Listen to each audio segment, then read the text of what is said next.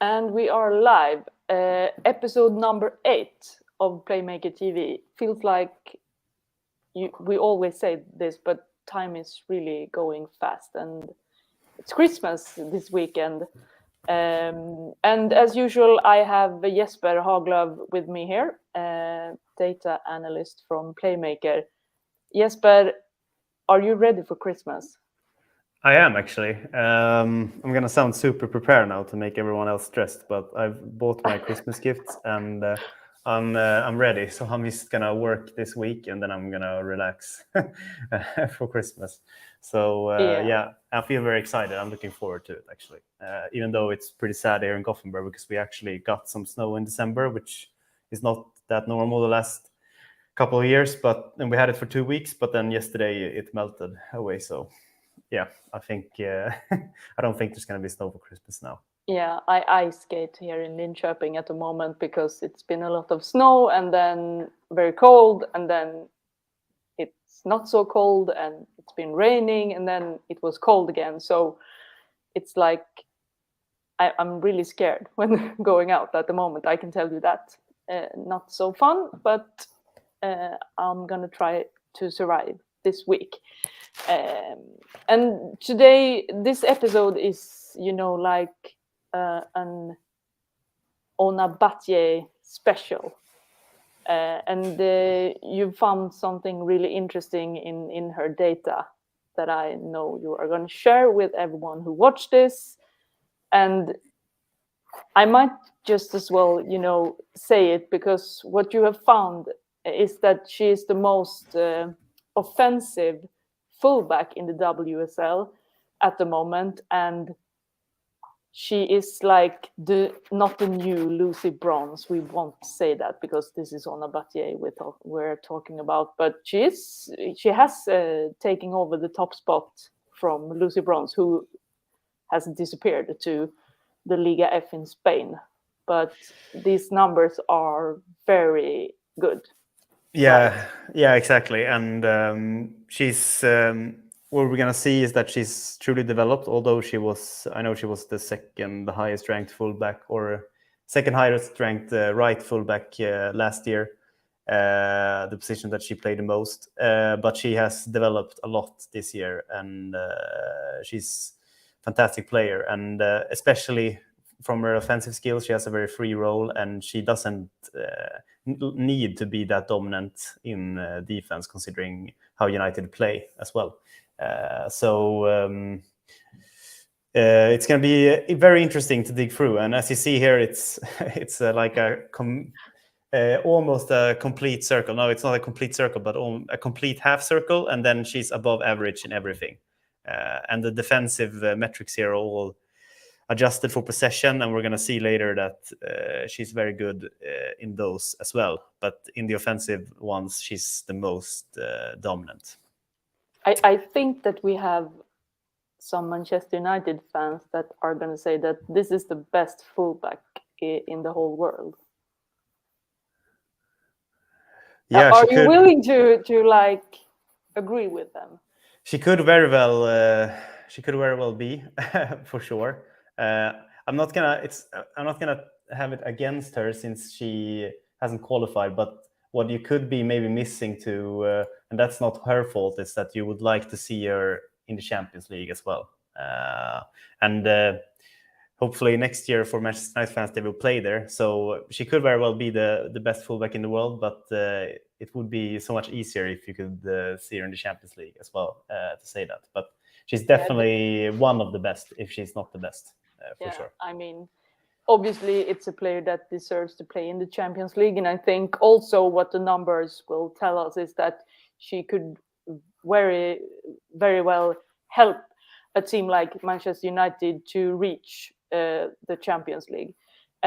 Before we dig in deep into this, I will just say that I will tweet these spiders that Jesper is going to talk about first, because we know that it can be hard to see what it says on them.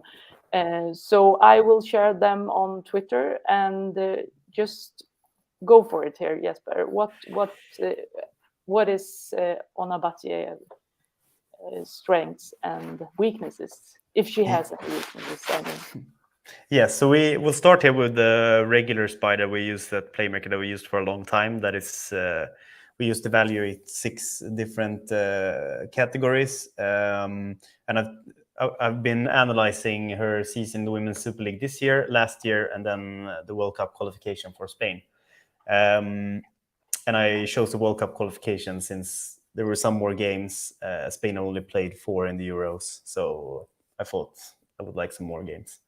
And if a player here is very close to the middle, like Ona Batlle, for example, when it comes to finishing in the national team, doesn't mean necessarily that she's a bad finisher. It just means like it could also mean like how much she has performed, like how much she has taken shots, or when it comes to aerials last year, how many aerial duels has she actually been in. So it doesn't necessarily mean that you're bad at it. It's just that you maybe necessarily haven't done that action as well. But what we can say... I mean, we must say that Spain has great finishers, finishing players up front, though. Yeah, so exactly. It could also be like the fact that we spoke about it in the episode where we talked about Fridolina Rolfö compared to the Swedish national team, that it also depends what kind of players you have around you. Yeah. On as a fact that how these spiders show. Exactly. And if we compare it to other fullbacks here, you can see that this year is like she's also at the very top in finishing, and I think you should like she's a good finisher, of course, but like you should take into account that they've only played like 8 or 9 games in the Women's Super League, and she scored 1 goal on a low XG, so she's done very well. But when we go over the season, there will be fullbacks that maybe have scored more goals, and we'll have more shots. But that's a difference from last year, for example. But then you can see that this year, for example, she's the very best, or like the absolute top in 3 categories here, and she's also above average in aerials, and in duels she hasn't needed to take as many duels this year, when she's been more offensive. So she's not, we will see later that she's not really bad in duels. It's just that she hasn't taken as many duels this year when they've been more offensively dominant. Last year she was also like above average in all these stats, and in creativity, as we'll see later on, she was in the very top. And when we compare Spain to all the other teams in Europe in the World Cup qualification, she's been one of the very best fullbacks as well, which is not that strange. I think Spain was also completely dominant in the group, beating Scotland, that came second in 8-0 in 1 game, for example. So yeah, that says the most. I did watch that game. That was what you would say a massive game from Spain, and not so very good from Scotland. But that's another story. Yeah, that's another story. Scotland almost made it to the World Cup, so still.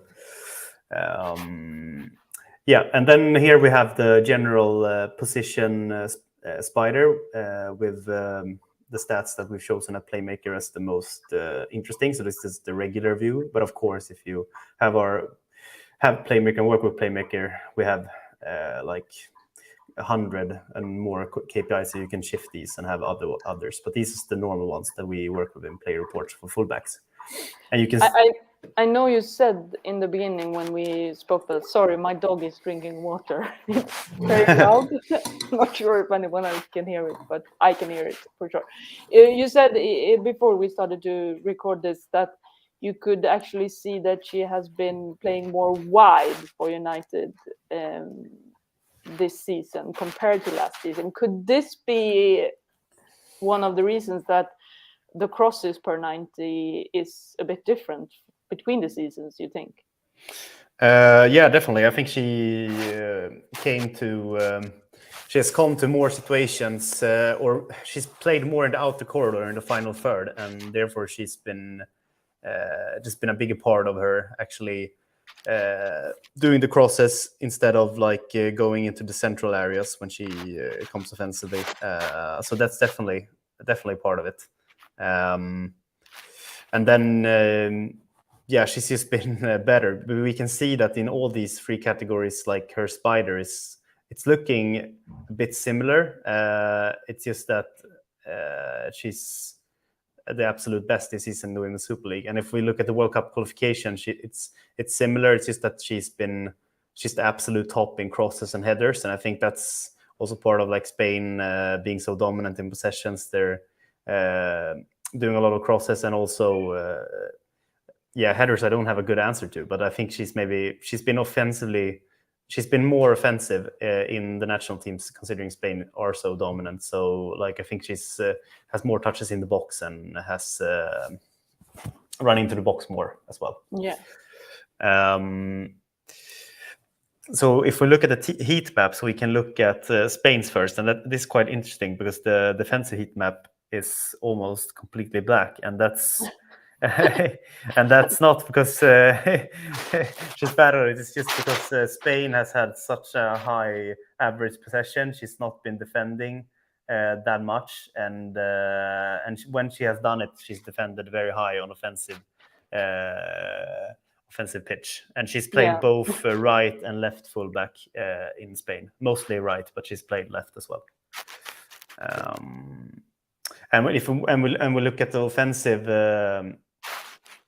heat map, you can see that she's been very offensive. She's been mostly acting on the offensive half, and she's also been quite inverted. And I think that's because like when Spain has a lot of possession and the opponent pack their team in their own penalty area, she's been allowed to move more inside and been part of like passing into the box and owing the ball outside here. So Spain has had a very high average possession. Really. Yeah, those defensive heat maps in the World Cup qualifiers that they are almost nothing. No, almost nothing.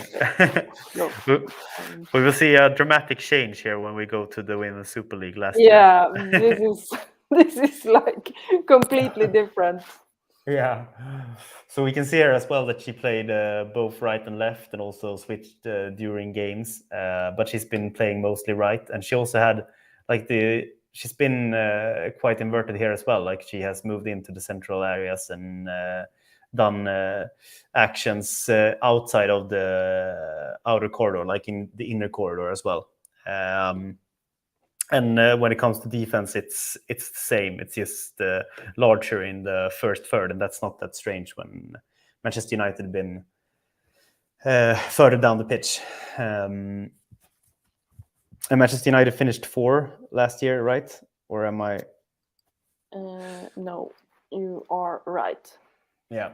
So they were good last year as well, but they are even better this year. That's my opinion, at least, in their third at the moment. Yeah, I think also the fact is that I know that some might say that, okay, but United, actually, they were top of the league a couple of years ago, this time of the year. Then yeah, that's true. They finished 4th again. But I mean, it's a young team, but the fact is that you could really see the difference now, also in so many ways. I mean, I saw today, and we talked about it earlier this afternoon, that they have a lot of players in the top 10 list with most assists. So I think it's very fun to see Manchester United play football right now. Yeah, I agree, and that's one thing that has changed, and I'm sure that people watching Manchester United every day will have something to say about this as well. But like last year, as we saw, she was acting more inverted, but so far this year, she's been acting more as a fullback or as a winger, like a wingback. Like she's been mostly acting in the outer corridor, both in defense and in offense. And this season, it's not a full season. We're not even halfway. So we'll see how it looks when the season ends. But you can see that she's been developed to a true outer corridor queen here. Acting mostly up and down here. And if we look at the passes, we've been seeing in the heat map quite a bit of the same. But if you look at this season, you can see that she's acting mostly, or she has acting only on the right so far, and she's acting mostly in the outer corridor. If you compare, if we neglect the left side and just look at the right side, you can see that her passes are going, just as in the heat map, further into the pitch comparing to this season so far.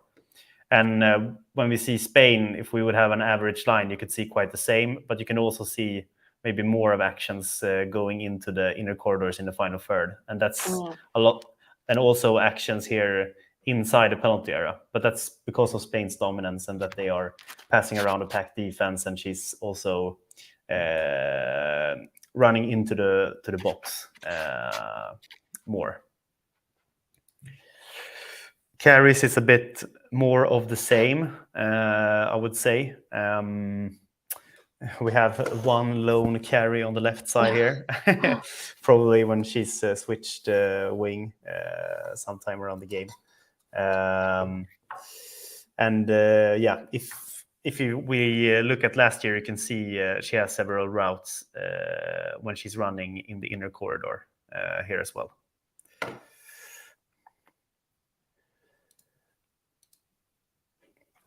Progressive actions. The carries here are blue, the passes are yellow.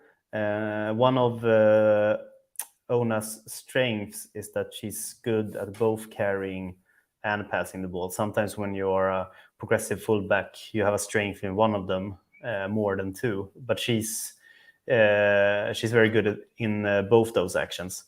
And that they are more yellow than blue, that's not that strange, because even if you are a more carry strong player, the map would be equally yellow or blue, because they're like you pass the ball more than you carry it, really. So, but here you can see that she started further down the pitch last season compared to this season, just looking at these actions. So yeah, that's very true. That's very true. And that could be like a change from on tactics on how they play when they play defensively. Like maybe they have a central midfielder that is dropping more, allowing the fullbacks to be more offensive when they are pressured further down. But also that United has had a higher possession, been more on the offensive half of the pitch, and like had more possession, which also makes it higher initially. More aggressive this season. Yeah, more aggressive. Sure. More determined, I would say. Yeah, that as well. Key passes. So here we have her 6 key passes so far. And in addition to this, it's not in these plots, she also has 4 assists. So she's been very good in doing that final pass. And if we compare to last season, we're not even halfway through. She's missed games as well, and she's having a higher tempo. Like she will beat her number of key passes last year if there's not, fingers crossed, no injury coming. I think you should explain the numbers on the side to the one who watches, the ones who watches this, to explain what you just said here. You mean with the key passes, or? Yeah, like the XA, is she overperforming or? Yeah, so expected assist is then you take the expected goals value of the shooter and then you mirror it to the passer. And then like from that you could like expect her to have 2 assists out of the number of key passes, or number of shot assists that she had. Shot assists, that's key passes plus assists, and key passes are passes that leads to a shot but not a goal, and assist is a pass that leads to a goal. So when you're counting assists, for example, then it's dependent on what the finisher does with it. So I really like the measure of shot assists more, or because then it's not dependent on how good of a finisher your teammate is, or like in what situation they put. really. And like how many assists you've done from the expected assists, that if you've done fewer assists than your expected assist, that doesn't say that you as a passer has done badly. It's just, but you could use it as like a value to predict that, yeah, this player will probably have more assists during the spring because their expected assist is high, so probably their teammates will score later on in the season, and your your number of assists in a season will go towards the expected assist value at the end. Yes, and Jesper is talking about the small things that you can read to the left. Here on these plots. So SA is shot assists, and XA is expected assists, right? Yes, and that's the expected goal value of the shooter mirrored to the passer on the final pass. Looks like she have a bright future in the second half of the season, I think. Yeah, definitely. Yeah. And we will dig more into the number of shot assists later during the episode. When it comes to crosses, we can just mainly look at the position here. We can see that her crossing percentage is actually the highest in Spain, but you can also see that they are fairly close to, like she's doing the crosses closer to the penalty area, so they're like a closer distance. While as if you look at, especially United last year, she had more of them like further out from the penalty area, so longer crosses, probably into a packed penalty area very often. She is good at crossing. We will see that later, but which is also quite interesting is that even though she played a lot on the left side, she didn't have the same number of crosses from that side, and that could just be a coincidence. But I thought that was quite interesting. Yeah. We also have this super strange cross here, where I don't think you should look at that too much, but it has been evaluated as a cross, but I think that this is some kind of cross that has not hit the target in the box, and then it's been like reached by another player that has picked it up. But I thought it was quite funny. It was super long and backwards. Yeah. Progressive receptions. We've had this in the episodes before. So the blue dot is like where Ona has received the ball, and the yellow arrows are like where the pass from her teammate has come from. And progressive receptions means that these are the receptions that she has gotten from teammates when the pass has been towards the opponent goal. So the pass has been progressive, and therefore the reception has been progressive. And if you look at this season, she has some on the left flank, but that's more when she's ran over to that side of the pitch during the game. And if you look at last season, you can see here, there's been more games, of course, but you can see that she has more inceptions outside of the outer corridor, like so in the corridors, as we mentioned earlier, especially on the offensive half of the pitch. But she's really keeping the width of the pitch all the way up in the final third this season in United. So she has a lot of receptions here in the outer corridor in the final third, where she's been running in empty space, like in between the defensive line and the midline of the opponent, or behind it. So picked up the ball here, and then it's been in a cross or a pass into the box. And if we look at Spain, it's a little bit more like United last year. We've looked at the defensive heat map, and we saw that the defensive heat map was really dark in Spain in the World Cup qualifier. And you can see here that this is the entire World Cup qualifier. It's mostly green actions. She's been successful in her defensive actions, but there are not that many. And that's because Spain has had like 70% possession on average or more during. And we have to explain here as well, because this is interceptions, tackles, and air challenge or aerial duels. So the green one are successful, and the red one is unsuccessful. Yes, and for this for this episode, I think mainly like we can look at like in which areas she's done the duel. So that's like where the dot is. But if you look more closely, and you can see like what's an inception, what's a tackle or so on. But it's not that important in this graph. We can see more in numbers later.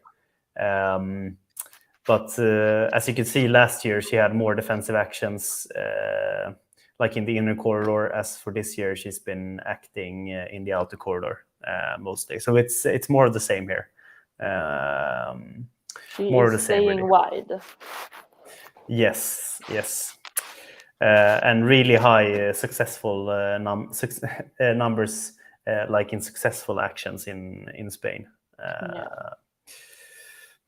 Okay, shots. So this is not maybe the most interesting plot, but I still had the shots, and I thought that could be interesting. Just from like you can see that she still has some. She has her goal here, like 0.24 in expected goals, 1 goal. So really, if she would have the same amount of shots but times 4, she would score 1 goal. So we'll see how many goals she scores, if she like keeps performing above the expected goals model, or if this is going to be the goal of the season.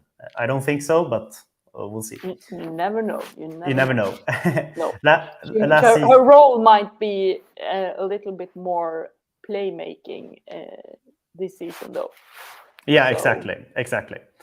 Because last season you can see that she came into the inner corridors of the final third and took the shot several times. 1 goal as well. She went for it. And then last season, like in Spain, it's just quite interesting that her shots came from the left side and not the right one.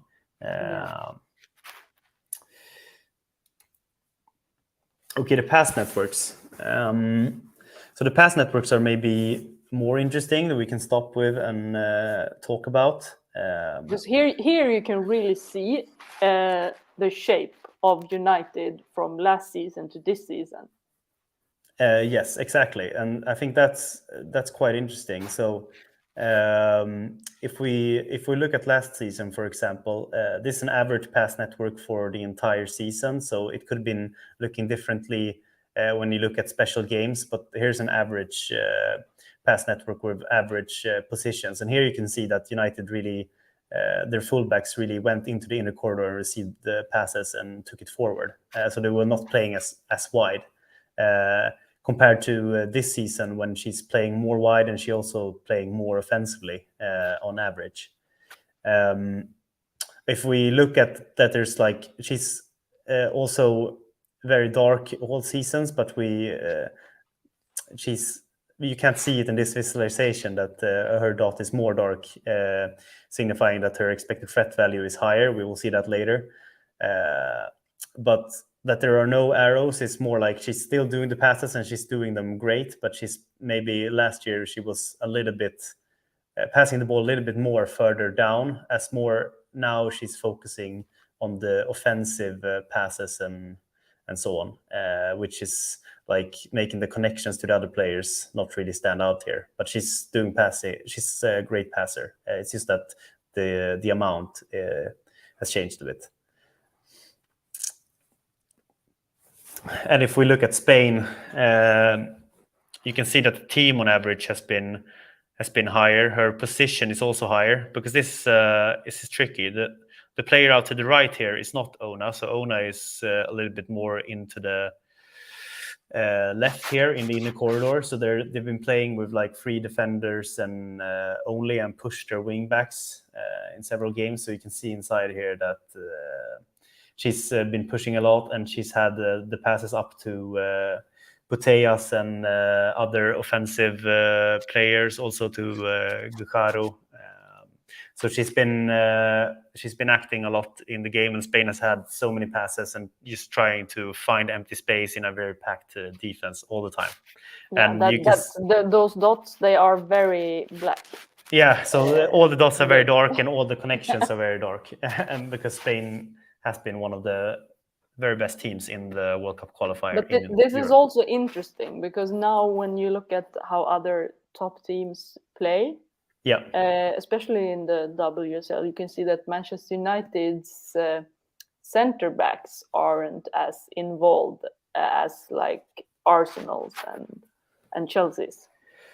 No, exactly. If we do a comparison later up, so you can, that's definitely something that you can see if you compare to Greenwood or Ericsson or even Manchester City. That's right. So there's a difference. That creativity really comes from the fullbacks and the central midfield instead. Not meaning that Chelsea and Arsenal doesn't have the creativity on those positions, but Batlle is the most creative fullback in the league. So she's very important in that sense. Most offensive and most creative. Yes. That's good attributes to have as a fullback. Yes. Yes. So we will look into the play roles now. I think that we have mentioned the fullback play roles a bit in Erin Cuthbert's episode, considering her positions swap. But we will. We had. I think we said the worker. We have had the star from Fridolina Rolfö episode, and the creator as well. But this is interesting. I told you before we started to record that they are very different. So we will look through them, and I think this is interesting example actually, because you could see in the spiders that they were the spiders were very similar, but the roles are differing a bit, and the spiders are only 12 stats. The position spiders, the player roles are defined by all the data we collect, really. So they're really more complex. But if we start with Spain, because Spain is the most rare one, is that here she's so offensive in Spain, and she's acting so much in the final third, so she's actually clustered to be like more of an offensive winger, and she's matching with the creator, and the creator could be compared to a wide playmaker. So it's really that player role is very similar to a central midfielder acting as playmakers, just that the creator is acting more in the outer and inner corridor. So usually the creator is a player that is playing as a winger, offensive winger, not a fullback, or it could be a player, if you look at a starting 11, that is acting as a number 10 when you write it down, but is having a lot of freedom to move out in both the corridors and act in those areas. And that's also why she's matching with the star, that is more of an even more offensive winger that is coming to finishes and performing well there, but she's matching mostly with the star has assists and a lot of contribution inside the box, which Ona has, because Spain are so offensive and she's so offensive in the national team. And the worker is like a winger, or as well mostly, or it could be a central midfielder that is very successful in the duels and doing a lot of the hard work to keep the team successful in the offensive parts of the pitch and delivering the ball to teammates that are scoring the goals. So that's why she's matching with those. But if we have all those characteristics into account and we move into last season, the only difference here is that she's acting further down on the pitch that we have seen before, and therefore she's more clustered to the fullbacks roles, which is not that different.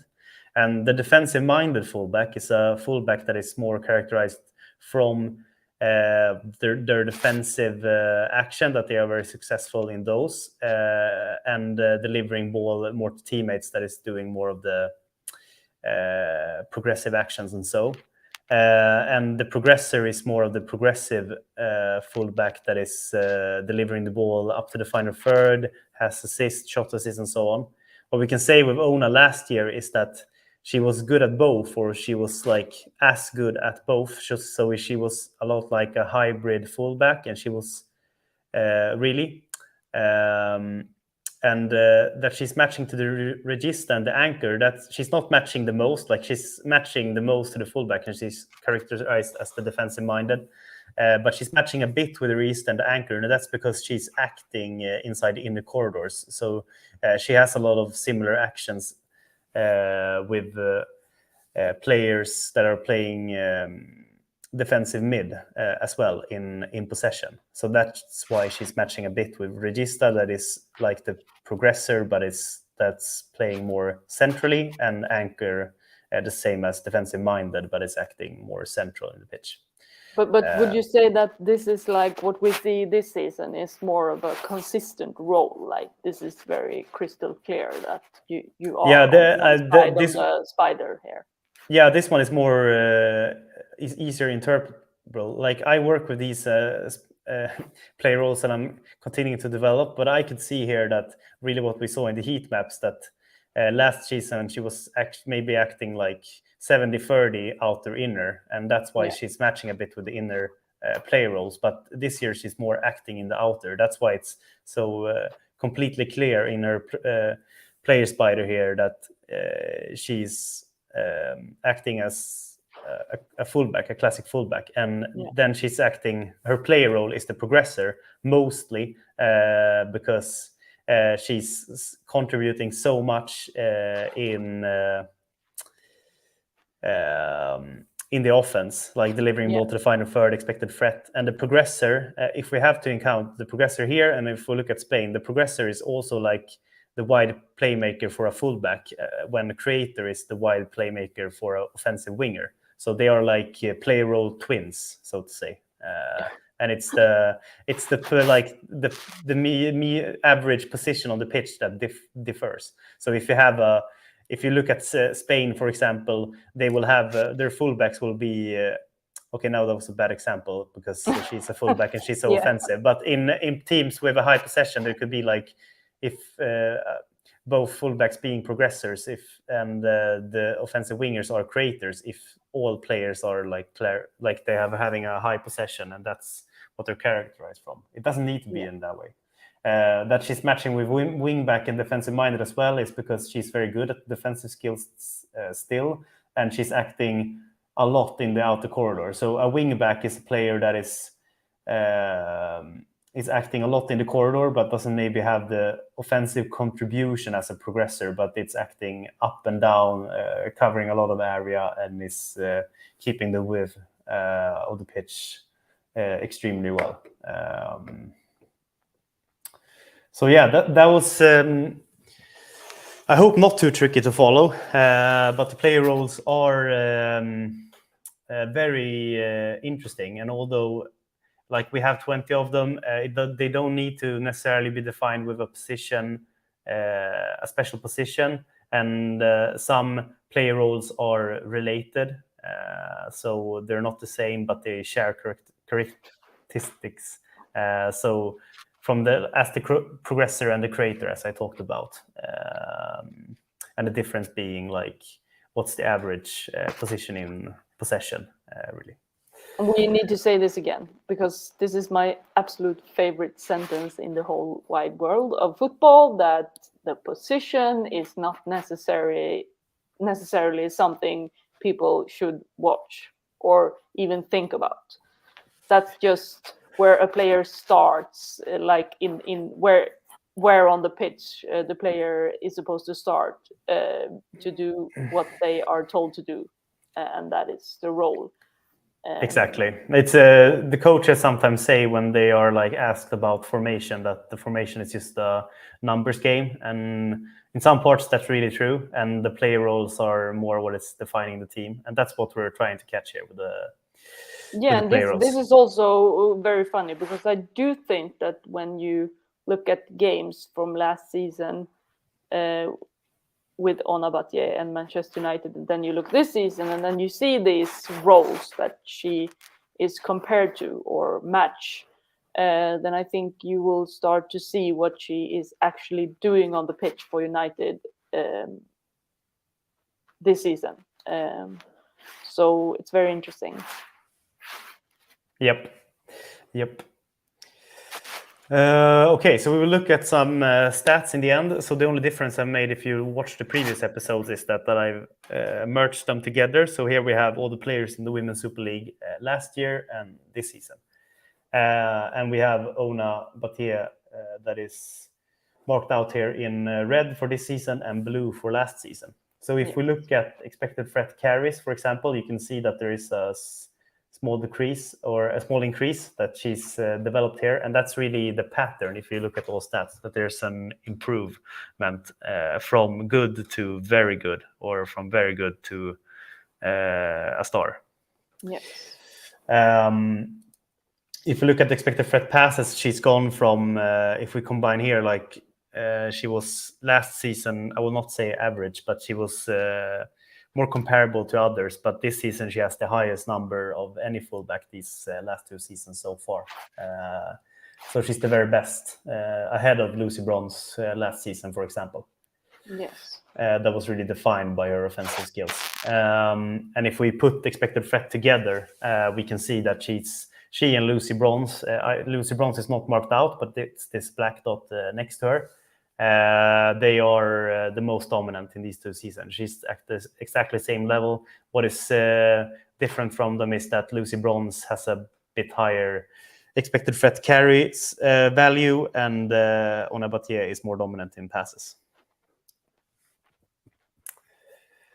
Wouldn't you say that that's quite, I'm not going to say it's all, this is the 100% the truth, but like passes and Spanish players? Yeah. Something to think about when you see Spain play. They're very skillful in that, Yeah. of course. And I think she's like, from her academy training, she's been practicing that a lot, and are ahead of the English players as she comes to England. It's very nice to see a Spanish fullback in the WSL. Yeah, definitely. Yeah. If we look at crosses per 90, we're going to look at this graph first. So we will see that she has more crosses this year. We saw that in the Spider before. There's been quite an increase, and this is successful crosses per 90s. And if we compare, everything is better this season. Yeah, everything is better. Right, according to the data. So far, we'll see if everything's better, but almost everything, yeah. And if we look at the percentage, that's quite interesting. So she's kept the same crosses percentage this season, although she's increased the number of crosses. And I'm not going to say necessarily that is bad or good, but it's just interesting because you can't really see the red one, and that's because it's almost completely behind the blue. Yeah.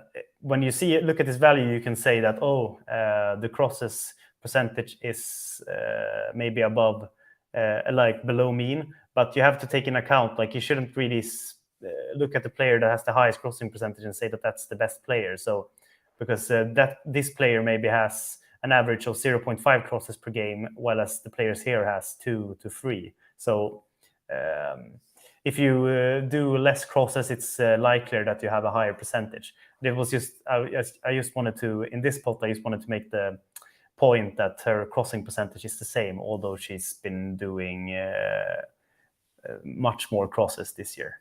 Yeah.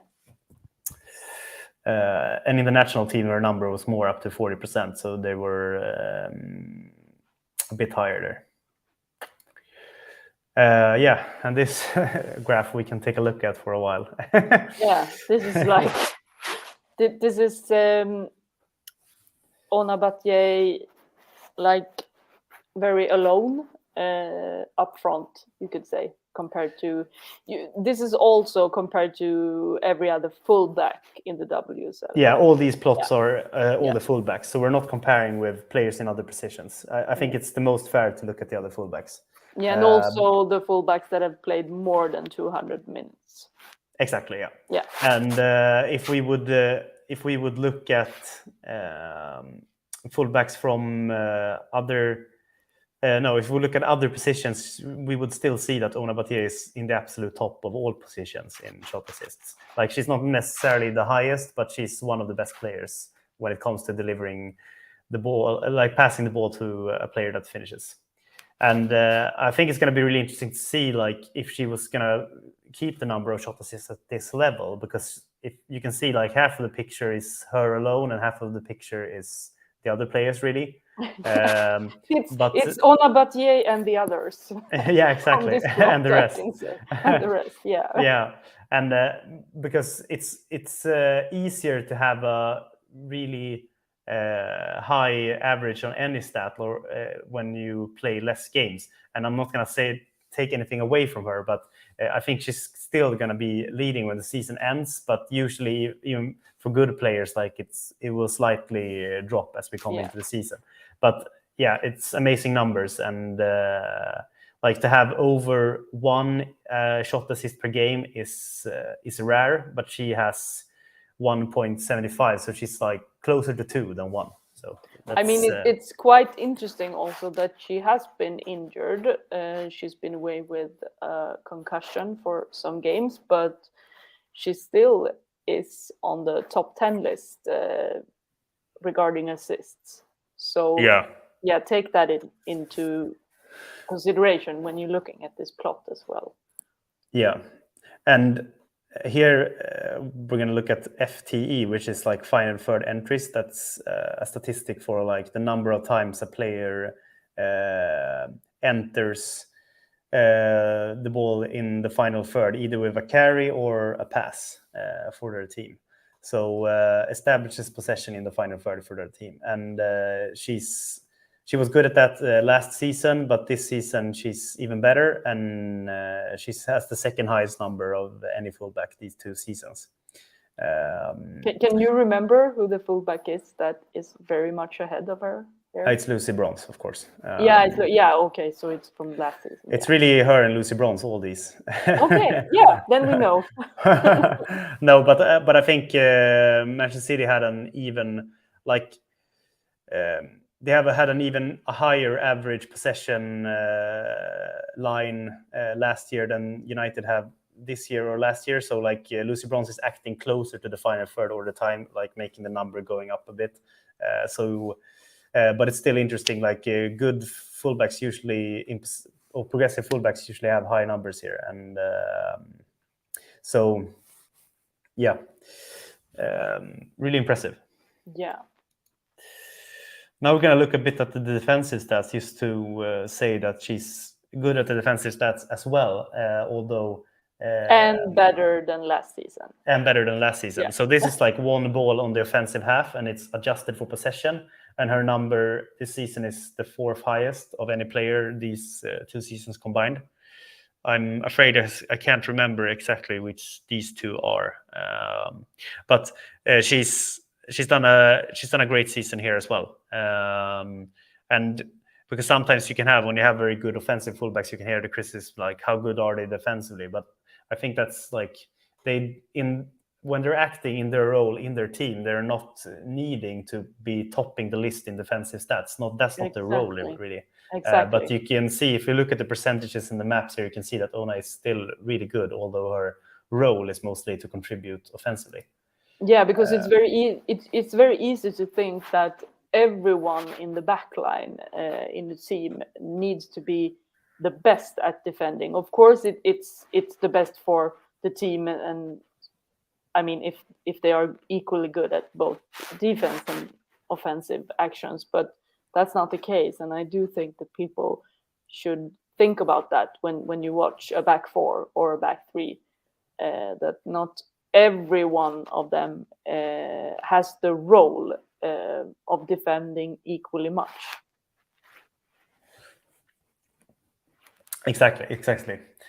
If we look at the interceptions, possession adjusted, this is the only stat that I've taken out that she's slightly decreased, but it's very slightly. It's very slightly, so we don't need to consider that. But she's still above average in this measure as well, and we saw that in the Spider as well. So good defensively, and that was really all of the. This is my favorite picture in this presentation for some reasons, because I told you in the beginning that we were going to have a little Swedish lesson before you just present your top 3 players in the WSL this season. So we can talk about this picture very soon. I'm just going to mention the list here. So we have seen that Ona is great. She's a fantastic player, and I just wanted to take out. So this is the top list of the player with the highest player index. So according to the stats and the data we collect, we have a AI measured grade for all players that we use to take out our 11s and so on. And it's not the complete truth of who's the best football player, but it's the best measurement that we have, and it's very useful and close to the truth. So it's good. And she has the second highest grade. It's hard to compare maybe positions in between. It's more interesting to compare player with the same role, but it still says something about how good she is. That like she has the second highest grade of all the players in the league. And it's going to be really interesting to see how the season continues to develop. And also, like, I don't know why I printed the birth date here. I think it's just standard, but you can still think that she's still very young, and that's very interesting to see. And for all United fans, I just hope that she stays in the team, because like how good she is, like any team in the world would like to sign her. And I think she's going to have very good offers at the table. These numbers are telling us what you just said. I think it's going to be a race for her signature very soon. Yeah, and definitely. hopefully she will stay in the WSL. And fingers crossed for United fans that she will stay in Manchester United as well. But I do like the fact that the top three from Playmaker AI's index is England, Spain, and the Netherlands. Yeah. Yeah, it's a good mix of great players, obviously. Yeah. I also got a bit sad when I saw this top list just because of Miedema's injury. And I just hope for a speedy recovery and all the best there. I think it's there are so many players that we could easily fit into top 20 best of the world players that are out with injuries right now, and that's very sad. Yeah, that's very sad. So let's hope for. I actually saw someone on Twitter today that had tweeted that you don't wish for a speedy recovery when it comes to ACL injuries, because you just want them to have a steady recovery instead, and that's something to think about, obviously. Even if it's a World Cup coming up next summer. Yeah, that's very important that they can play football in the long run, because what we don't like knee injuries or any injuries at all that are severe. But what you like less is player that gets injured a lot, or like that can't get rid of their injury, and where the career might be disturbed or has to end due to the fact that the player keeps getting injured. But so we will just wish every player injured at the moment a steady and good recovery. Yes, and you laughed at the Christmas card here, and I did. It's very cute, by the way, the whole Christmas card, and it's very Playmaker-ish.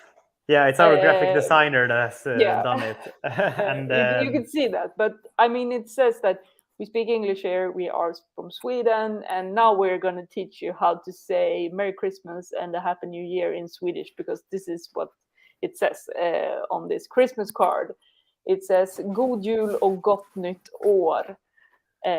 So now you can run around and say it in Swedish if you're an English if you're English speakers.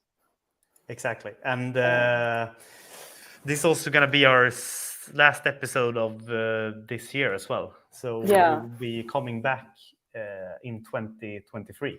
Yeah, with more data and more energy, because this time of the year we collect energy ourselves a little bit. Not sure about you. You are probably gonna be having some days off from work. I'm not. Nope. I'm gonna have a week off at least between Christmas and New Year's. I'm very happy for you, by the way. No, it's my own choice actually to work, so it's fine, I would say.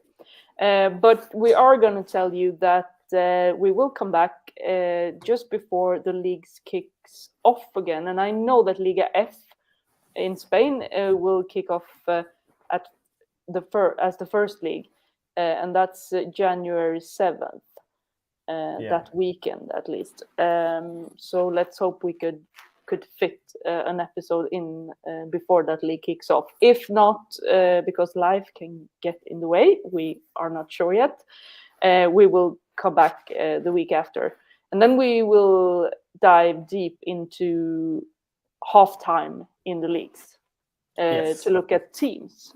And that's going to be very interesting. And if you have any person that you believe would like this channel, tell them about it. And if you have some time off in the Christmas, we will be very happy if you watched any of the 8 episodes that we've done. And I would say that all of them are like still very good or nice to watch, even though the season has passed, because we haven't really focused too much. Like, we have focused on what's happening at the moment, but we've also been looking back and talking about different algorithms that you work with as a data analyst, or play roles as this, and other kind of metrics. So if you're into data analytics or football or curious in general, I think it's still very interesting. Yes, and we're also going to mention this, that we had one goal set, and that was the fact that we were gonna have 100 subscribers to this YouTube channel before the new year. So help us. Help us subscribe, and we might be able to have the 100. But I guess then it's just we're gonna end this episode with to wish a Merry Christmas and a Happy New Year in Swedish, and then we'll see each other we'll next year. say it together now. 1, 2, 3. God jul och gott nytt år. Oh, yeah, right. That was very in